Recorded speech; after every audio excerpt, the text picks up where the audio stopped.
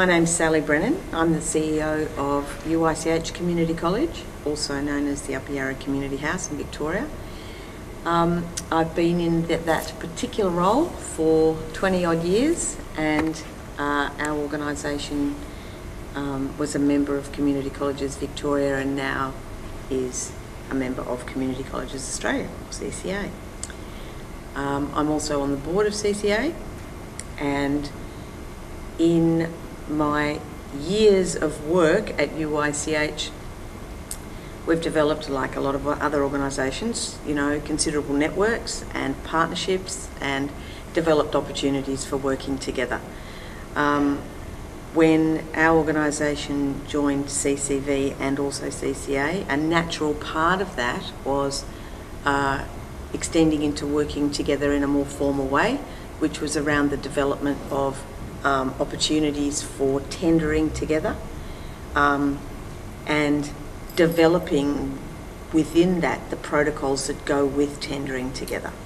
How do you work together? Who's going to do what? How do you communicate? How do you develop quality standards? How do you make sure that there's a consistency of excellence across a project that involves up to 10 organisations? All of that's been challenging. Every project is different.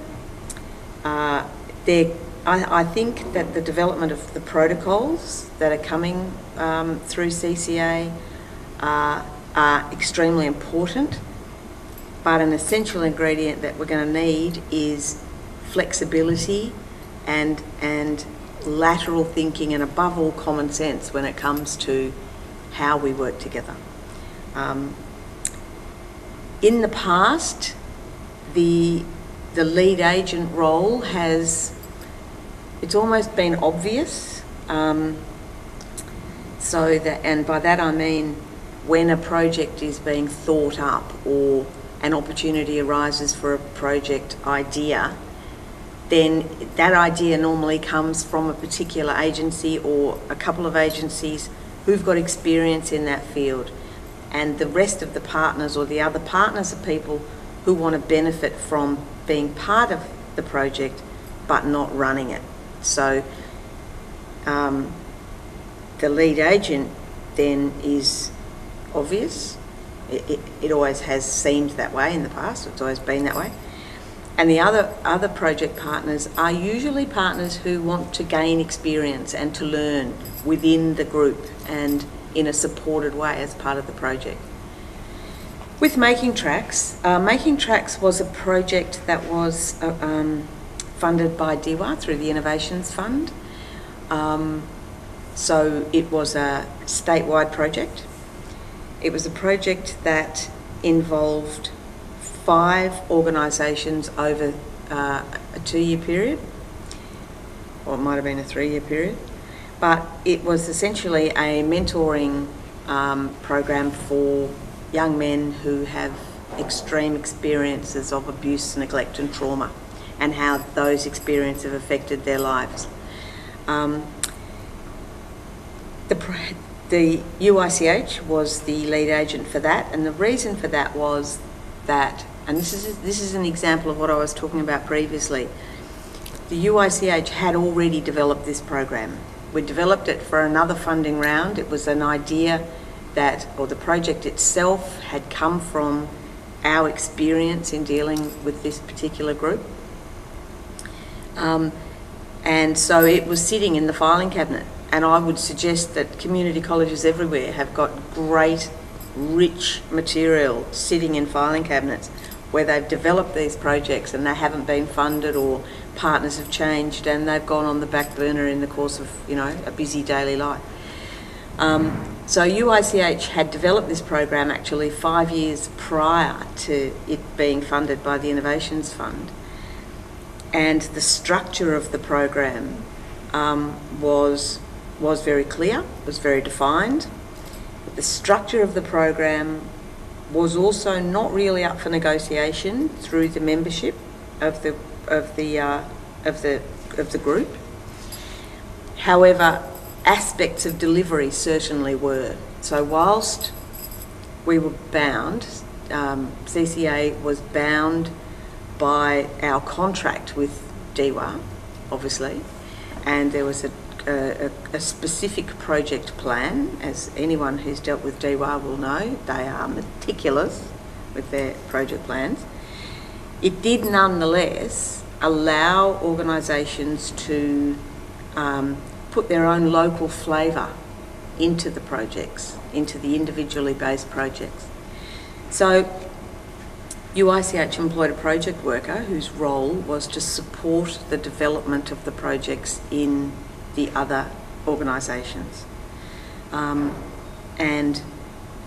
to keep them on track and to keep the communication going between the participating organisations.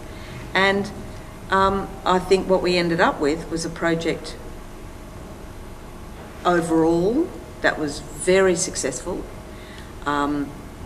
The accountability to DEWA was clearly met, but what we actually had were 5 unique locally based programs that shared a framework but were very much about the local community.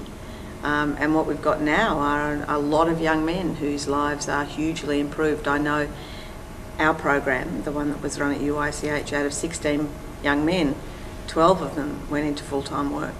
And these were young fellas that were looking down the barrel of a life of welfare at best and incarceration at most likely. What we'd said in our application was that there would be 5 projects over 5 locations. The process for participating, we actually asked organisations to apply, and we had developed some criteria for organisations to be successful with their application, and they were around experience with young people, a demonstrated understanding of the needs of this group, because it's not all about, in fact, it's not at all about organisations doing well out of these kinds of opportunities. It has to be about the participants in the project. It has to be about successful outcomes for the young people for whom the project was designed.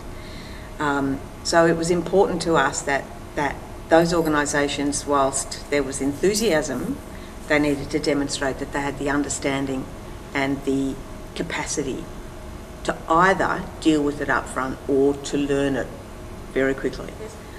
There's always in hindsight, always you can look back and say, this might have worked a bit better if we'd done it this way, or it might have worked better if we'd done it that way. And also, I think when you're an organisation that's delivering your own project, you naturally think that your own project is the way to go. I think one of the things that I certainly learned was that I needed to let go of my ideas about how it would work. So it was important for us, or me in particular, to let it go and let organisations be the judge of what was actually going to work best in their own communities. We ended up with some differing models. Some of them weren't as deeply therapeutic, for instance, as others. Some were more vocationally based, and others were intensely therapeutic. So that's about the organisation assessing their own young people. What are the actual needs here?